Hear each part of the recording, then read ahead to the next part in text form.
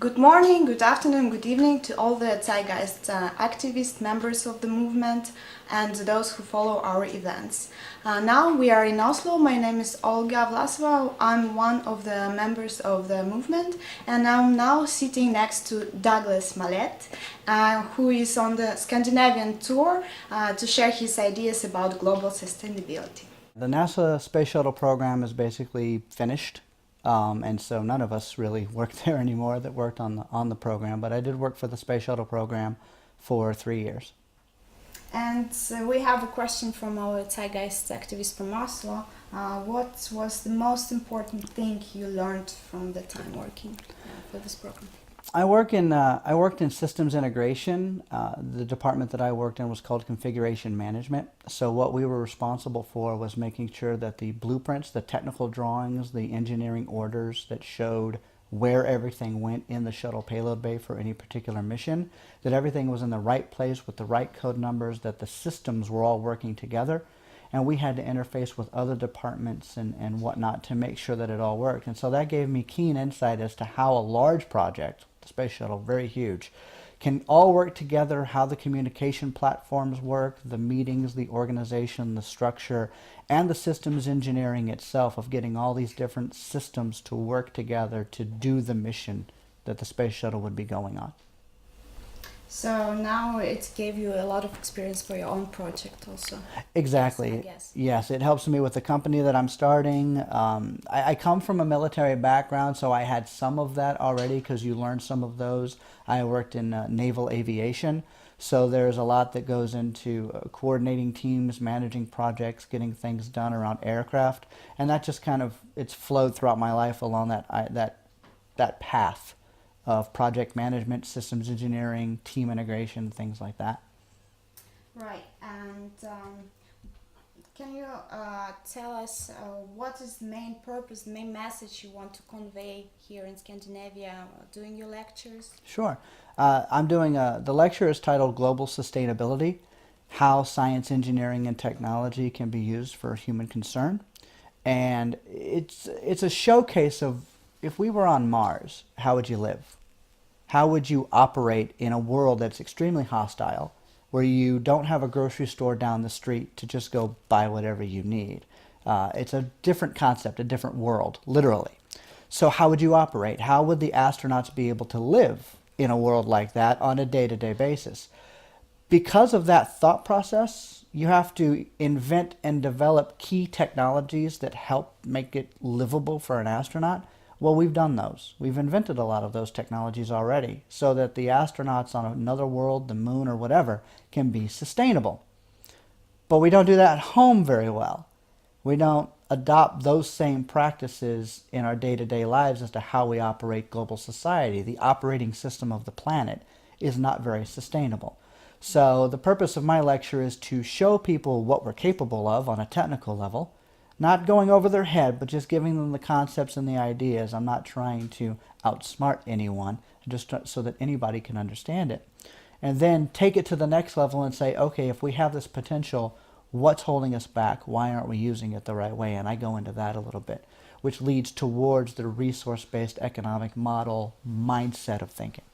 That's really What started it all, in a way? What started it all? Well, when I got involved, let me go back. I saw the original Zeitgeist film, which obviously has nothing to do with the movement. But I saw that and I thought, well, that's an interesting way to package up some of the problems, or at least looking at things a little bit differently or whatever. But I'm like, okay, we'll see, whatever. It was interesting, cool, I've got other things to do. Then Addendum came out and I saw that. And I saw more complaining, but then at the end I saw a solution set, a potential solution set. That's when the engineer and the scientist in me went, aha, now we're going past complaining and we're getting into answers. How can we possibly solve these problems? Because no scientific progress was ever made about just sitting around a table complaining all the time. So solution-oriented. Solution-oriented. And when I saw the solutions, I thought, well, that sounds kind of familiar, because I'm familiar with the history of space exploration and some of the concepts that were thought of, and how the original plan of going to the moon wasn't just going to the moon and coming home and that was it. It was going to the moon, it was building a space station, it was building a moon base. There were bigger, better plans. Of course, global conflicts and wars and Vietnam and other things can really derail a good scientific, mission. But the concepts were being fleshed out. How do you be sustainable on another world? So it wasn't really a new idea, but it was packaged in a much better way when I saw what the Venus Project was doing. And that's when I started doing additional research and trying to find other organizations. I couldn't find a catchy little video that wasn't 2.5 hours long. And so I made one. So that was your first step, how you started your Right, activism. exactly. Right. And that basically, I guess you could say my activism started when I made Awakening. That was my way of putting together my knowledge of film or whatever and being able to grab information and data points and put them together in a quasi-entertaining fashion. I jokingly say to my father, I said to my dad when I uploaded it, I said, I'll be lucky if I get 40 people to see this thing. And then I had about 400 views a day for a month on Awakening, which really surprised me. I'm sure Peter Joseph were probably in the similar mindset when that happened, because I'm sure when he made his original Zeitgeist, he was like, oh, whatever. And then it went, poof. And the same thing happened with Awakening. And now I've been blessed with the fact that so many people liked it because it's short, it hits the key points, people can watch it relatively quickly, and it can drive them. It's like a primer. It gets them moving towards maybe doing additional research. Now it's in like 25 different languages. It's been put on DVDs and spread everywhere. And I'm very happy that I was able to contribute something to help people get that awareness out there. That's a good feeling. Cybernated farm systems. Cybernated only basically means that it's computer controlled, automated, with robots inside that do the lion's share of the labor and things like that. So that's really where cybernated comes from.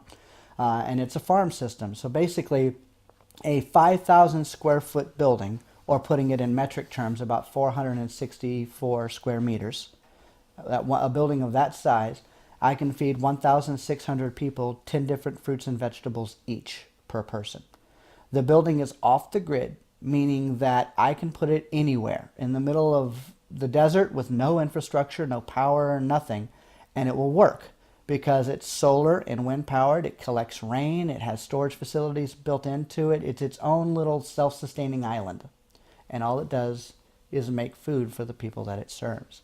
And the concept is to work with governments, humanitarian groups, global organizations that want to save lives, and get these buildings into the impoverished regions of the world where they don't have an infrastructure. They don't have a way to plug in, quote unquote.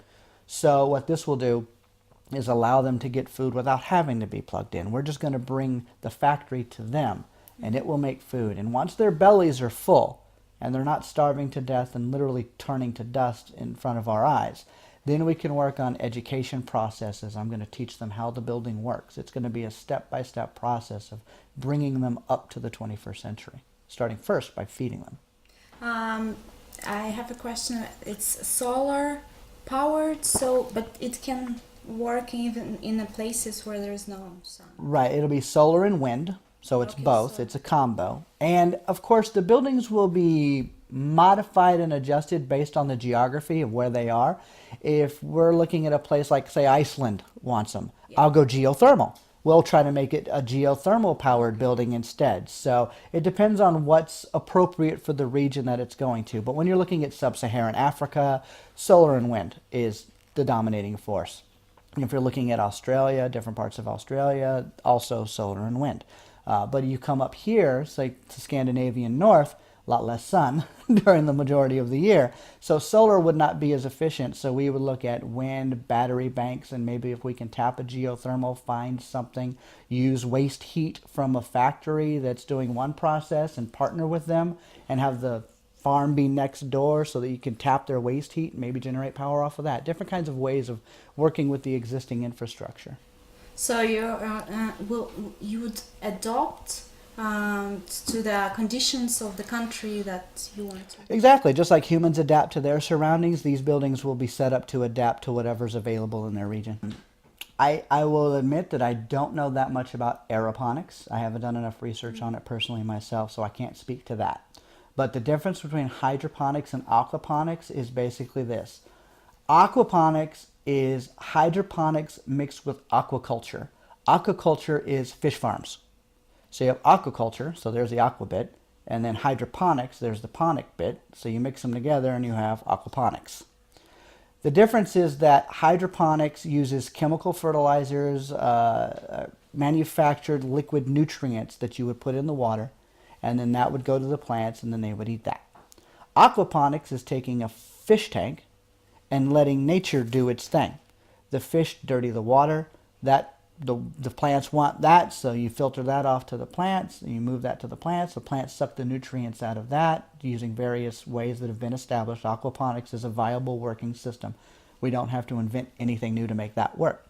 And then after that water's cleaned, you run it through some additional filters, and it goes right back into the fish tank. So it's a closed loop system. So you're not wasting anything. Everything's being recycled and reused on a continual basis. And when it comes to like feeding the fish, people ask, do you have to bring in fish food from the outside? No. There's tilapia fish. They eat a plant called duckweed. Duckweed grows in the water. So that's all there. That's its own closed loop. The duckweed feeds the fish, and the fish, in a way, feed the duckweed.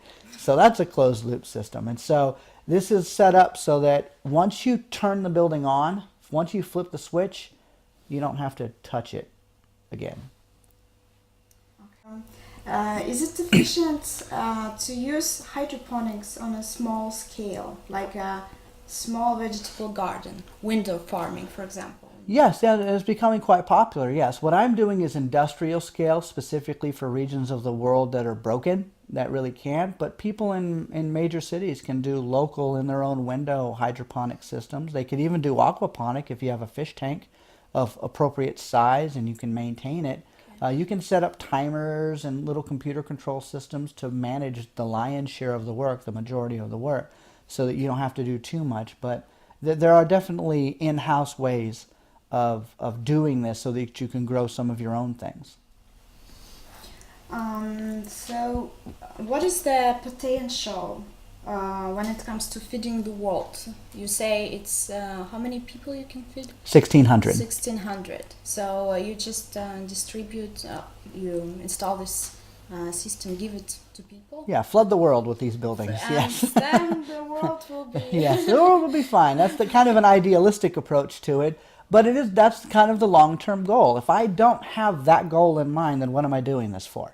The whole point is, my goal is to feed the entire planet with these buildings. That's the goal. Am I ever going to reach it? I don't know. We'll see what happens. But I think that's an honorable goal to move towards. And so, but it's not just about my buildings, because there's only so much I can grow with this. There's limits to what you can grow. So you would use excess waste and turn that into compost. And then that could go into the soil of that region, and then they can grow items that can't be grown in the buildings, like long stalk wheat, so that they can make bread and stuff. So you have wheat grain fields, have grains. I can't grow grains in these buildings. No. Right. I can't grow I can't grow a watermelon.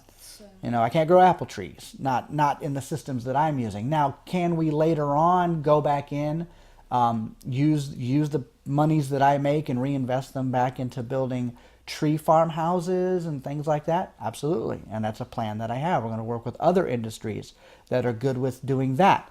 And we'll partner together and we'll build those. And so by the end of the day, it'll be a whole bunch of humanitarian-minded corporations, CSRs, they're corporate social responsible entities, that will be working together to better mankind, not for the sake of making a whole bunch of money. Whatever about that. It's about saving people's lives and doing good for the planet and ourselves. Sounds good. So how would you estimate how much time we need before your project comes true? Before I start going into operations? Before you flood the people. Flood the world? Flood the world. Well, I did the numbers on this once. It's crazy. I couldn't do it by myself. I'm going to need help. It would take like 150 years if I sold 2,500 buildings a month. It would, because there's 6 billion people on the planet. But see, these buildings actually don't have to go around the world. I mean, like you mentioned before, people being able to grow some stuff locally at home. Then there is traditional farming, which works to a point. The problem with traditional farming in the third world is logistics and shipping and cost and yada yada, all these little compound influences that we add that make it difficult to get them food. So I'm bypassing all of that and putting the food factory right in their own backyard. But that's not necessarily needed for, say, a place in the Midwest of the United States where they have a robust farming industry locally already. So they don't necessarily need that. And so far, what have you achieved with your company? What is your current state of events? Sure. Right now I'm in the middle of phase 1 research and development. There's 2 phases. Phase 1 research and development is the development of a low power grow light, because right now the current technologies that are there, it's all 100 watt, 200 watt, 500 watt bulbs to grow these plants, specialized bulbs. The problem is it's way too much power. I cannot be green, clean, wind and solar powered. I wouldn't generate enough energy to power that. So I've designed a way to drop it down to about 20 watts. I'm going from 100 basically down to 20. If that works and does what it's supposed to do, which is what we're testing right now, that's in process. In fact, I turned it on 2 days before I hopped on the plane to come here. So it's in the process of doing its stuff right now. I finally bought it. I got the funding that I needed, and I bought all the parts that I needed to put this thing together. And so if that does what it's supposed to, and I'm quite confident that it will, then we move into phase 2 operations, which is the building of a prototype. That is where we get the larger investment funding, we get the robots, we build a building, we get the solar panels and the wind and all that stuff. Not a full-scale big building, but just a smaller one, because then it's just scaling after that. It's just making the building a little bigger. But the programs that run the robots, the programs that control the climate, that's going to be the same no matter what building you build. So the prototype will establish all of those, what are called baseline parameters. That's what you call it in engineering or technical fields, baseline parameters. Once the baselines are set up, then it's just repeatable after that. Then you just scale it up a little bit and you just keep rolling with it after that. And I forecast that I'll be ready to go in less than 12 months. If things go according to plan and schedule, phase 1 will be done in the next month or so. Phase 2 will take about 9 months to do. So we're looking at a year or less, and I'll have working systems that we can start customizing and putting out there. Sounds good. Now I want to turn to my favorite part of the interview. I want to talk about the future of Zeitgeist movement and Venus Project, the way you see it. Okay. So when I watched for the first time the third movie of Zeitgeist movie, in the end you have this beautiful scene. People getting rid of money. Everybody is so free, liberated, and happy. I want to live in this society. I do, but I really want to know how we get there. What is the transition? What will it take? Will it be like peaceful demonstration, like Arab Spring, for example? I don't know, boycotts of the unhealthy production. What do you think? How do you picture this? That's not a loaded question at all. No, how's the future of mankind going to fix itself? No, but I ask because you are giving the dreams, the ideas, right. to people. So I cover this in the end of my lecture. And what I basically say is this.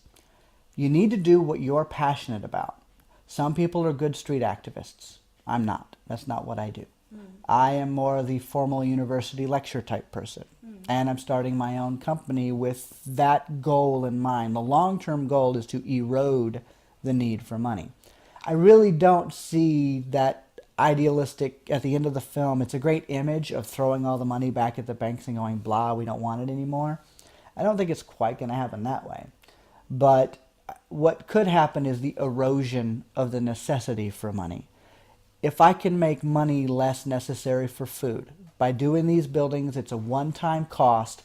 They buy into the building once and they never have another cost again for those 10 fruits and vegetables. And then we do it again and again and again, and we just repeat that.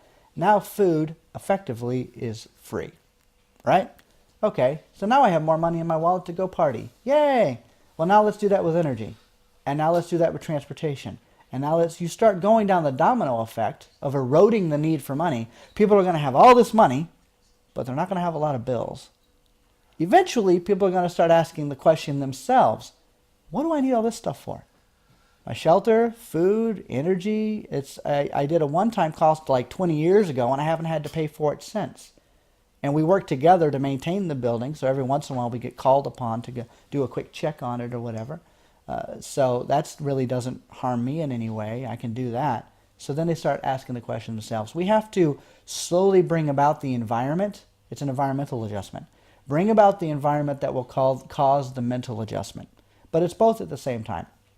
You couldn't just, obviously we've said this many times, you can't drop the RBE on the planet and expect people today to be able to function in it. They wouldn't get it. They're so used to money and acquisition and property and wealth and all these status symbols that go with it that they'd probably have a coronary. They wouldn't know how to operate in that kind of a system. But if you erode over time, like an ocean will chop at a cliff face, that need for money, that is how you get people to, on their own, adopt a different way of thinking because they get immersed in it. There's a lot of ways to do that. Start a company like I did. If you have the knowledge and the expertise and a particular passion about a subject, do that. Start a nonprofit, a conglomerate group that can take in funding from outside sources that does betterment, beautification, or help in a city or a town. Work with a CSR, a corporately social responsible company. They're starting to become, they're called social entrepreneurs. Yeah, I just have an issue with social responsibility because, as far as I know, there's no standards actually elaborated for CSR for the companies to comply with. It's getting there's a CSR 2.0 that's come out. Yeah, I know that also. And they work, they said, like a nonprofit and a for-profit together, but the nonprofit has like 50% of the board members of the profit, and the profit gives 10% kickback to the nonprofit, and they work together to keep them in check. But at some point, you've got to trust that the people that are starting these entities are really going to do what they say they're going to do. There has to be some trust in your fellow man. And if I say my goal is to feed people and reinvest that money back into the system and keep feeding people, there are ways to check and balance that. There are ways to monitor that. So if people get into the right organizations and they don't find that somebody's being fishy or whatever, then that's a way that they can help. They can start their own too. Start your own. There's microfinancing out there. iGenius.org is an institution based out of the UK that does microfunding and financing for socially conscious companies that are trying to do better things in the world, whether it's water cleaning. They've got a couple of companies that they support for that, things like that. That's how people can get involved. But you've got to find what resonates with you. Don't try to do, I get emails a lot on Facebook. Douglas, what kind of engineering discipline should I get into? I don't know. Do you even want to get in engineering? I mean, that's an important question first. Are you doing it because you think that's what the world needs? Or are you doing it because that's what you want to do? Big difference. You need to do what you love. Try to make that your passion and move that towards the future world. Don't just do what you think might be necessary. Because if you suck at it, or it's not fulfilling you in a really deep way, and you're just doing it for an ulterior motive, like, oh, I just want to bring about the RBE, so I'm going to become an electrical engineer. Well, if you don't like it, that's not really going to help anybody in the long run. So find what you're passionate about and run with that. Who do you think should establish these rules, and who should enforce them, or to make people obey these rules? In other words, what kind of political structure you think it can support? It would be drastically diminished from what it is today. When people think about who would enforce the rules, what are the rules supposed to do? So you have to look at what are the rules on the books. Most of the rules, and you can categorize these, are just designed to keep people from messing with other people, right? You can't take my property, so there's a rule against stealing. You can't take something from somebody else or something like that. You can't hurt somebody else, so there's rules against that, the laws that we have in place. But you have to go back to the core of why are people behaving that way in the first place. And then if you really take that to its full scientific and logical conclusion, it doesn't really take a rocket scientist to figure this one out.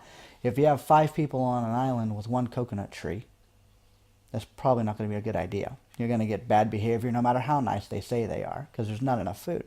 But if you put 100 coconut trees on there with the same 5 people, they're not going to behave that way anymore. Why? Because there's more than enough.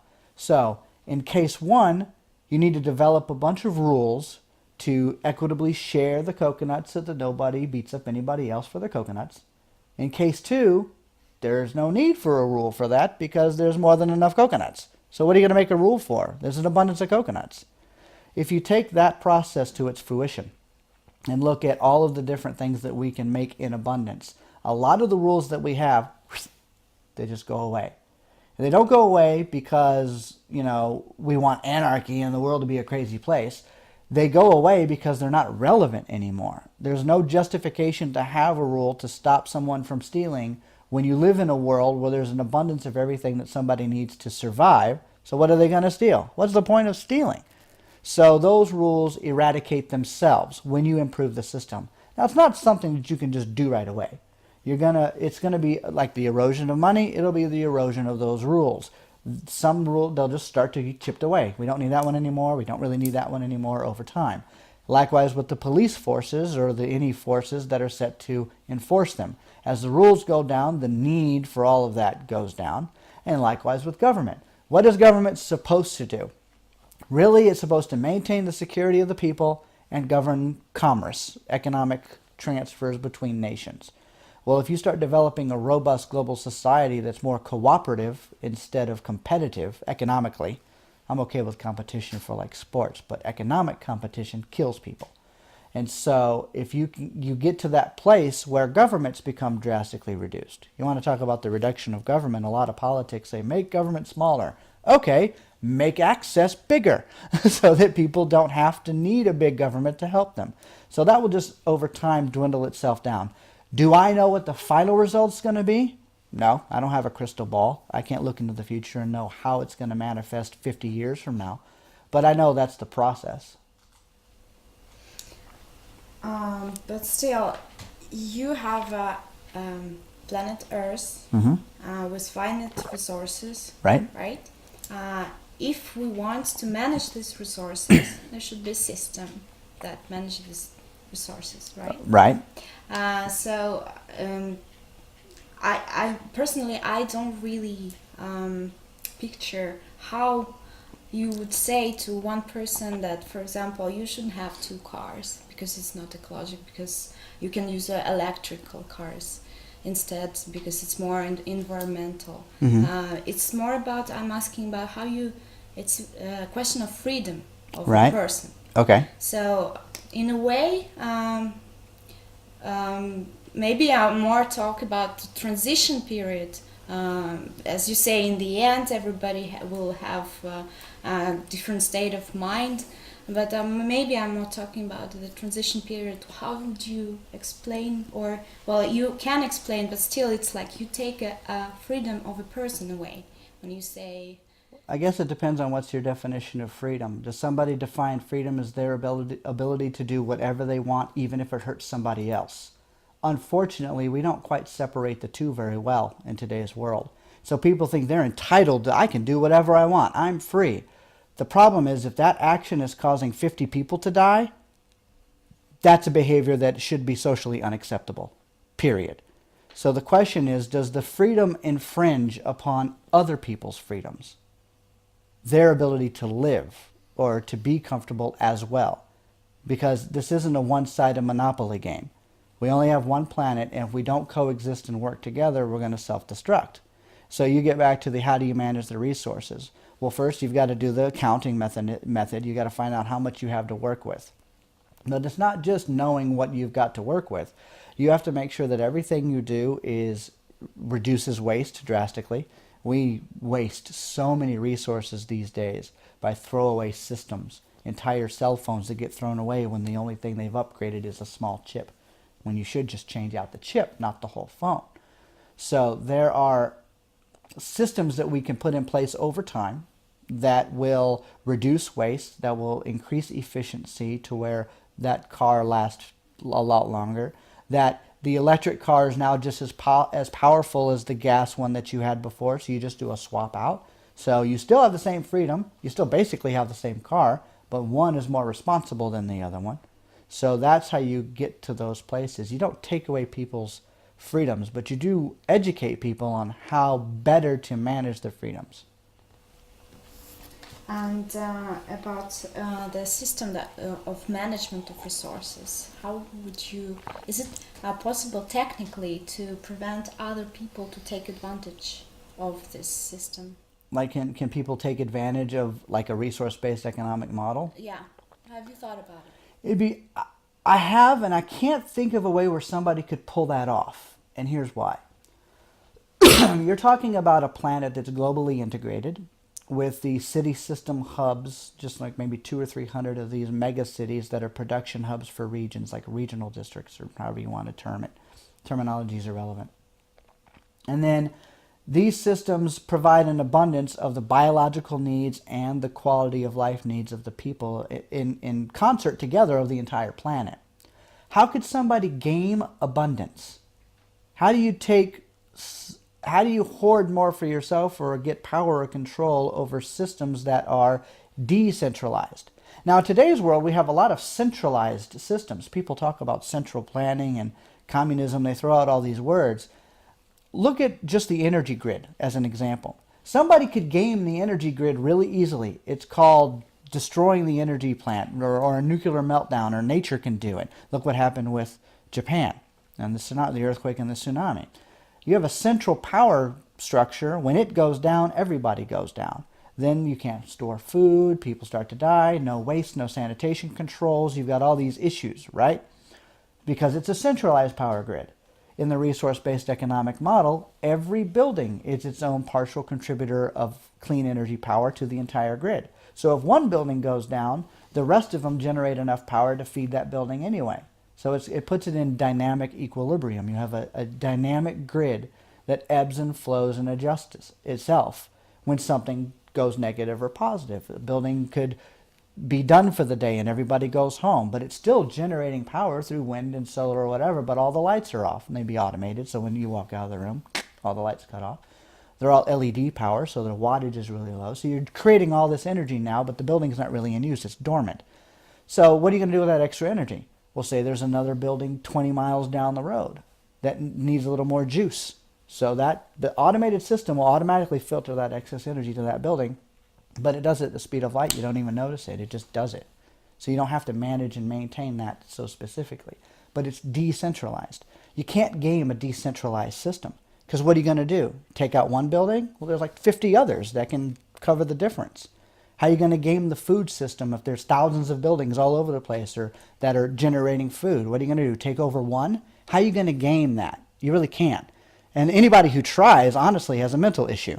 That goes beyond just being a bad person with a bad behavior. If you're living in a world that is abundantly provides abundant access of the things that you need to live and live well, and somebody is still trying to game the system or something, that's a mental disorder. That's something that doctors and PhDs could take care of and try to figure out, why is this person chemically imbalanced to want to do that? What is up with that guy? That's how that would be handled. That's why prisons would become so inconsequential in most respects. Because anybody who behaves badly when things are good, it's the person needs to be analyzed as a human being, as a biological creature, not as just throw them in jail. That doesn't solve the problem. You need to figure out why that person behaved that way. And that's a scientific and medical process. I wanted to ask you a question about, you were talking about the concrete project that could be implemented, the sample city, which is fully sustainable. Right. And for this you need a lot of resources, money, a lot of cooperation, right. Also with the governments. Right. And governments nowadays sometimes take advantage of the system, let's say. Right. Lots of them are corrupt. Do you think that this cooperation can influence the ideology of the project, of the Venus project, and the Zeitgeist movement itself? You try that one more time. Would the corruption that are in governments have an influence on? Because when you cooperate with the government, right, they always think in a way how we can. Oh, what is the yes, profit yes, of yes, this yes. project for me? We've really got to get better at using the system but to our advantage. Yes, people are going to want to make a profit. I'm starting a for-profit company. Does that make me a bad person? No, it's called using the system. I've got to use the tools that are at my fingertips. It's a lot easier for me to start a for-profit than a nonprofit. It takes me 2 years to do a nonprofit. It took me 4 days to set up a company. Big difference. So I can get things going now. So the question then becomes, how do we work with people? Sure, they're going to want their profit, or they're going to want a piece of the pie. Okay, they'll get their piece of the pie. In the long run, we're going to influence so many other lives by getting that system implemented that over the course of the next generation, we got to think in terms of longer than just our own happy little lives.